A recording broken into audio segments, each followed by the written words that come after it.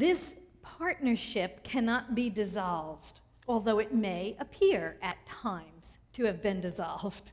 We must feel we are in league with the universe, and that this company with which we do business, having its center everywhere and its circumference nowhere, that is, being omnipresent, is localized wherever thought and consciousness function. Wherever we place our attention, there is where the company is doing business. Okay, so we are the company. Each one of us an individualized expression representing the business of the company. Wherever we are, whatever we're doing, we are representing the company. Now, that's not just true of us. It's not just true of everyone in the room here, but it's true of everyone everywhere. Every being is an outpicturing of the divine, a unique expression of the divine, doing the business of God and company. Whether or not we agree with someone else's design, each and every one of us is doing the business of the company. What we need to understand is that God is too big to fit inside of any one religion. Too big to fit inside of any one religion. Each one of us in this room has an intimate, precious, and personal relationship, an understanding of the divine within us. It is personal, it is private, it is unique to us. Each and every person in this room has his or her own relationship with the divine within. It is precious, and no two are alike. And what is true in this room is true everywhere. I mean, just think about it. We're all practicing the same faith tradition in this room, and yet our understanding, our relationship, our personal communication with the divine within is unique. No two alike in this room, and we're all practicing the same faith. And it's all different. So could you imagine outside? You know, it's different for each and every one of us. So now we take this understanding that we have, that each one of us has a unique relationship with the divine, and now take that out in the world and think about it on the larger scale. Think about now how many different people there are in the world, how many different faith traditions there are in the world, and each one of them relating to and communing with a divine in their own unique way, in their own faith tradition, in their own culture, in their own understanding. 7 billion people on the earth, each doing his or her own thing regarding the divine. This is the world market. Each person understanding and believing something to be true about the divine nature. And everybody's slightly or vastly different from each other. We cannot even begin to understand all the ways in which people relate to spirit. Now, there seems to be some tension in the world lately.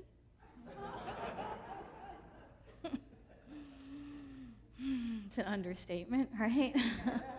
There seems to be a little bit of tension in the world right now around a stupid film and a violent reaction to a stupid film. This is not a war between Christianity and Islam. The people who created that film do not represent Christianity. They don't represent Christianity any more than Fred Phelps does. They don't represent Christianity any more than Jimmy Swaggart did. They certainly don't represent Christianity any more than Pat Robertson does. Okay? They're the lunatic fringe, and they should be ignored. Just saying. In the same respect, the people who reacted so violently to the film, they don't represent Islam either. The ones who killed and burned and protested violently. They don't represent the tenets of Islam any more than bin Laden did. They don't represent Islam any more than Muhammad Atta did when he flew that plane into a building. They don't represent that religion either. Again, the lunatic fringe must not hijack the conversation we all want to have in this global market.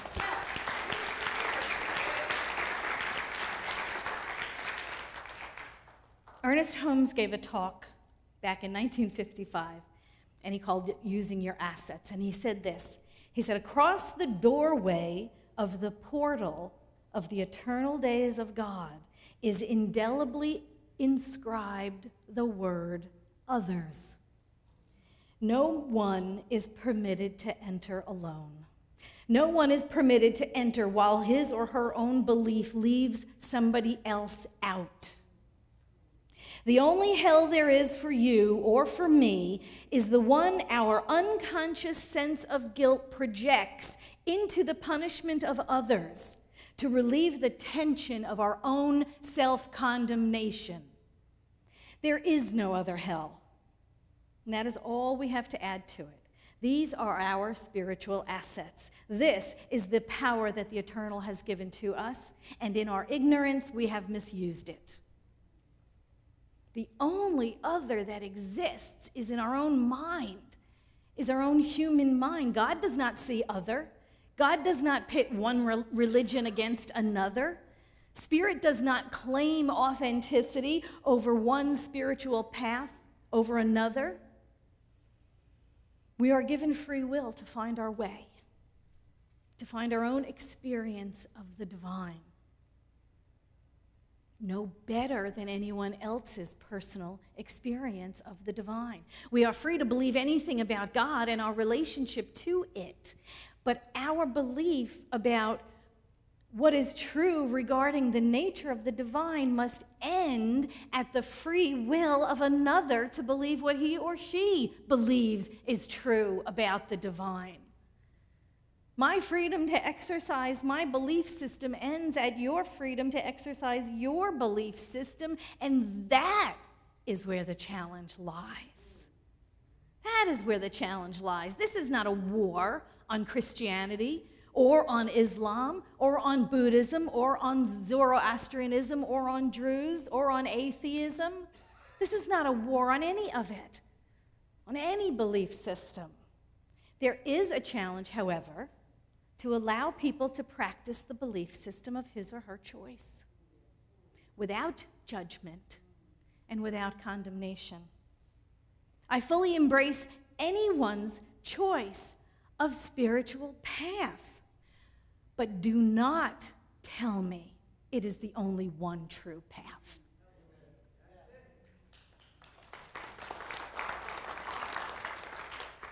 And please don't tell me if I don't believe what you believe that I'm wrong and going to hell. Honey, if that is your belief system, you're already there.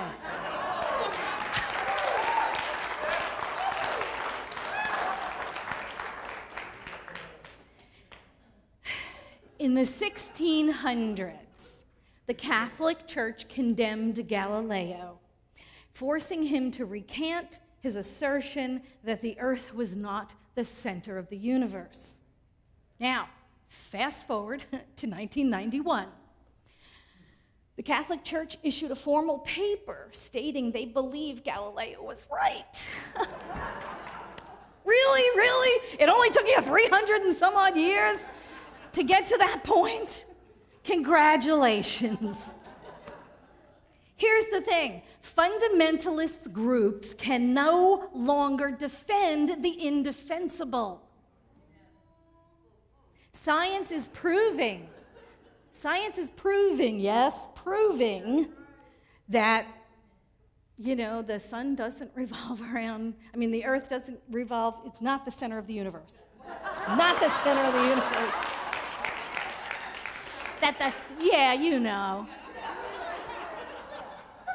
Science is proving that the world is a little older than 6,000 years. Like about, 14 to 17 billion, I think is the latest estimate. Science is proving these things. You know, if Jesus ascended into heaven, even at the speed of light, what we know today about the nature of the universe, Jesus still hasn't even gotten past the Milky Way galaxy. 2,000 years later, the dude's still ascending. Come on. And you know what else? Fossils have not been made to look old just because God wants to mess with our head. Fundamentalist beliefs have painted themselves into a corner and they must evolve or die out. That's it.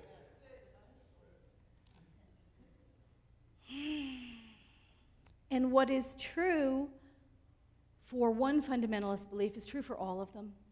The fundamentalist beliefs across all religions.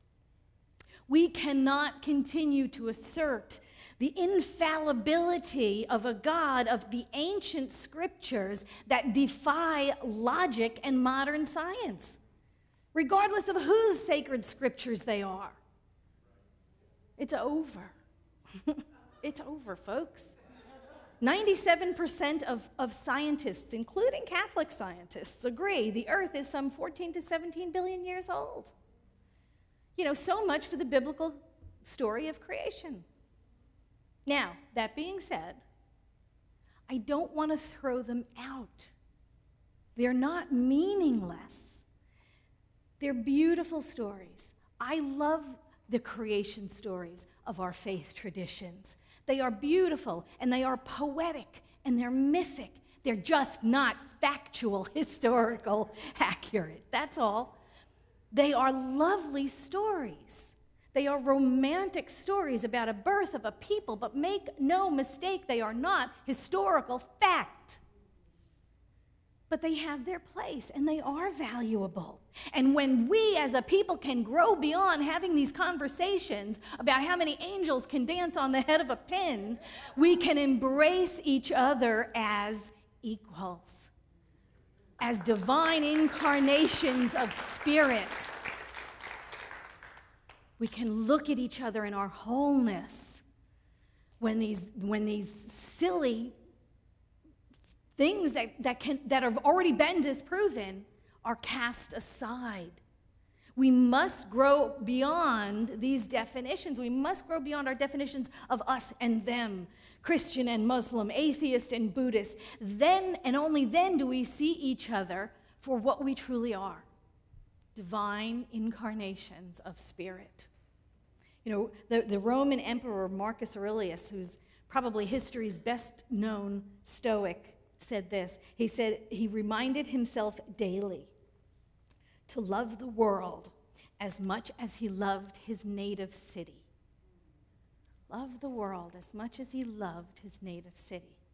When we stop labeling people, when we stop labeling places and events as good and bad and positive and negative and destructive and helpful, and we begin to see the world for what it is. We begin to see each other for who we are. We are the only ones that can manifest heaven on earth. We're the only ones that can do it with our consciousness. In Corinthians 3:6, Paul said this. He said, I planted the seed. Apollos watered it. But God made it grow. God made it grow. We are the ones responsible for the life we manifest. We are co-creating. We are planting the seed. Someone else is watering it for us, but God makes it grow. We are forever co-creating with Spirit. We are the ones responsible for the life we manifest through the thoughts that we think. The global market is about being in relationship with 7 billion other people. 7 billion people walking around. It's about not holding them hostage in our minds, not holding them blame in our thoughts. It's about not holding them wrong for our experience. John Shelby Spong, who was an Episcopalian bishop, said this. He said, his Christian church at one time taught me that segregation was the will of God. that women by nature were inferior to men, that it was okay to hate other religions, especially the Jews, and that homosexuals were either mentally sick people who ought to be cured or morally depraved people who ought to be forcibly converted and changed. This was a Christian church. We must evolve beyond the superstitions and the dualism and the dogma.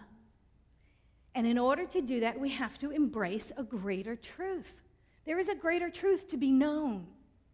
Ernest Holmes said, there is one life, the life of God. That life is perfect. That life is my life now. That was kind of his mantra, too. I know when I do my prayer beads, that's what I pray, 108 beads. There is only one life. This life is God's life. This life is perfect. This life is my life now. There is only one life. This life is God's life. This life is perfect. This life is my life now. Ernest Holmes said, there is only one manner of speech, and that is affirmative, even when it is used negatively. And if it were not, you or I would be living in a world of theological dualism with God on top and then the devil. And it would be something to me that nothing has ever been done before or since. I came at last to see, but dimly, yet coherently, as far as I went, God is one and not two. Life is one. Humanity is one. Everything we do and say and think is some act that expresses this divine being, this perfect thing. Some ways express it better than others. It is better to be happy than miserable. But disease is made out of the same stuff that health is made out of. Unhappiness is made out of the same mind that can create its opposite. And then he goes on to say, but of course, you know there are no opposites. There is what is, and there is the way we use it. Unity, oneness. It's up to us to co-create the world of our desires. We remain in the consciousness of duality by our choice.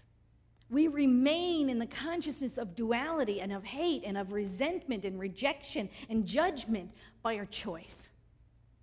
And we have free will, and we can choose again. We can choose again.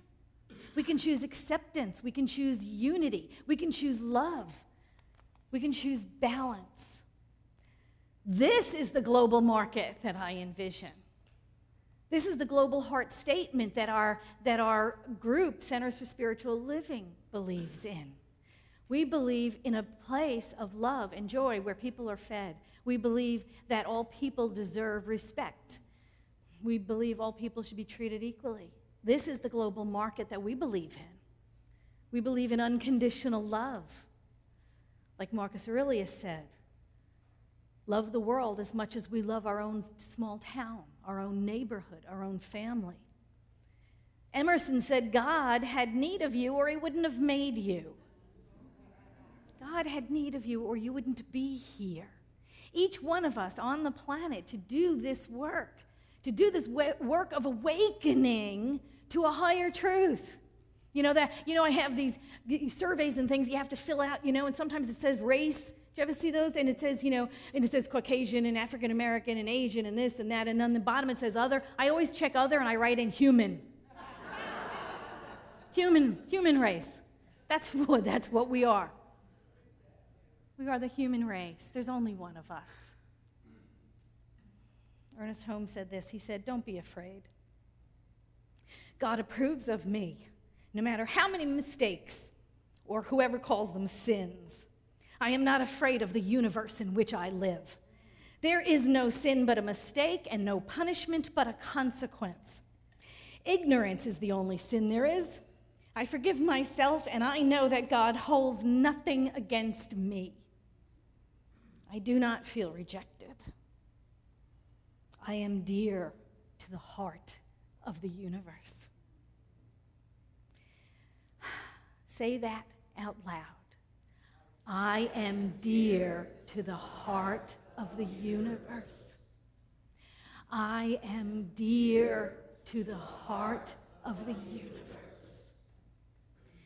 I am dear to the heart of the universe.